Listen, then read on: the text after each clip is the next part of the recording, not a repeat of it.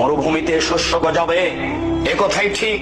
তাই তো মাঝে মধ্যে আপনাকে বলেছি, মানুষের অর্থ সম্পদ এত বেশি হবে, একটা গাভীর দুধ খাবে একটা গ্রাম, আর একটা ডালিম খাবে একটা বংশ।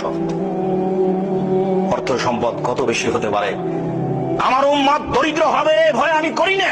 আল্লাহে, আল্লাহর কসম, লাল ফাকরা আখশা আলাইকুম, তোমরা দরিদ্র হয়ে যাবে এ ভয় আমি করি না।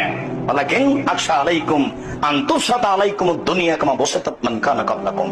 পৃথিবী তোমাদের সামনে তুলে ধরা হবে, দেখবে শুধু প্রযুক্তি আর প্রযুক্তি, টাকা টাকা।